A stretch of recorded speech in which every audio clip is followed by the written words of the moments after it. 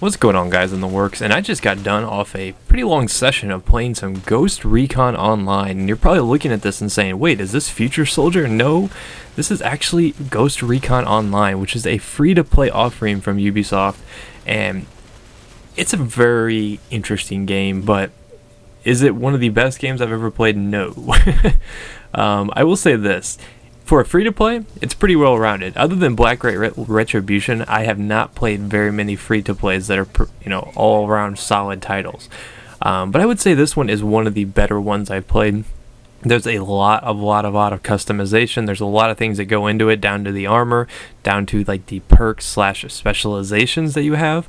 And being a big Ghost Recon guy and a guy who's not really that huge on free to play, I was kind of had mixed opinions on this game. When I first picked it up, I hated it. You may have seen me tweet out last night that I was just like, man, this is just I don't know how I feel about this. I'm not really digging the way they kind of structured / they kind of tiered the weapons, because from the start you're at an extreme disadvantage versus everyone else, because this M27 naked is impossible to hit anybody. Not only does it have recoil up to the moon, it lacks a optical sight until you earn enough points to unlock it. You don't have a sidearm, you don't have any grenades, you don't have any specializations, it's just you. And you're like, okay, so I'm going to go in here naked, and you just get destroyed by people. So there were some growing pains with this game.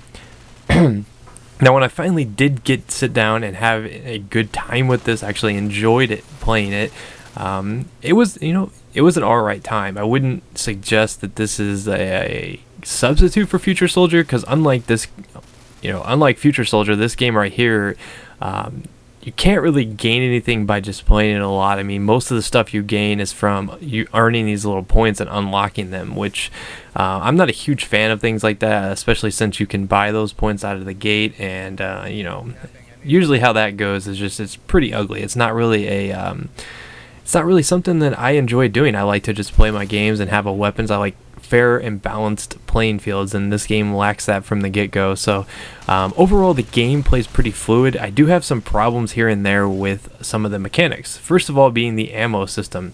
So if you kill someone, you can pick up their ammo. It is the only way to get ammo, as far as I know. You can see all these dead bodies in front of me.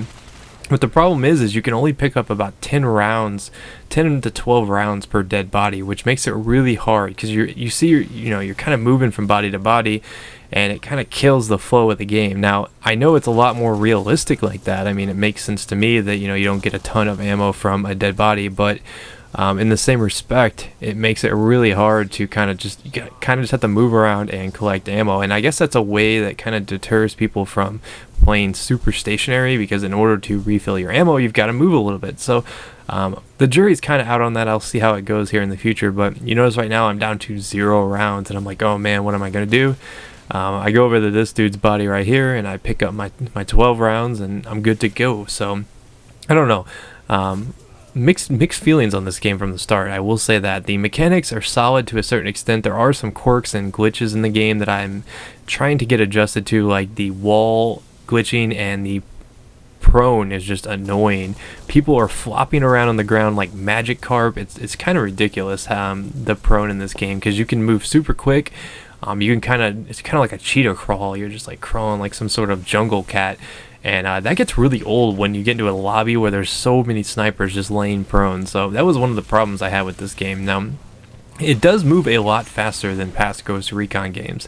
So that's what I think separates it from its predecessors, is the fact that it does play a little bit more fast-paced. And I think that could be a good thing. I don't know. I want to keep playing it and unlocking some stuff before I make a full-out judgment call on this, because for free-to-play, it's pretty high. It feels pretty high quality. I will say that, a lot of free-to-plays you play have outdated graphics. They're made so that they can run on any machines, and this game feels like a top-tier title. Like, I could see this being released as $50 with, obviously they would take out the shop mechanics where you have to buy things, but it's better than some games I've played and paid $60 for, so I will give it that. Like I said, there are some glitches that need to be worked out in this game to make it enjoyable. As far as gun customization, if you're into that, this game does not lack any of that. It's got so much customization. I can't even go into how confusing some of the specifications you can do for weapon mods, ammo, and stuff like that. The one thing I might suggest to Ubisoft is that in the future, they make their menus a little bit more. You see the riot shield, bro, charge me. They make their menus a little bit more user friendly, I guess, because as it stands right now, these menus are just not very intuitive. I don't really know what's going on a lot of the times. Like, I'm looking at things and I'm just dragging them and dropping them on my character, and I'm not really sure what these things do or what I'm actually equipping. So those are one of the things that I did find a little bit off-putting about this game. So going into that, I would suggest that as some feedback for Ubisoft if one of you developers suddenly stumbled on this video. But overall, I mean, I'd say it's a solid title. I don't know if it'll get too much of my playing time just because I'm not big in the free-to-plays. I don't like grinding for things, and I don't like paying for things like that. I'd rather just buy a $60 game and call it quits.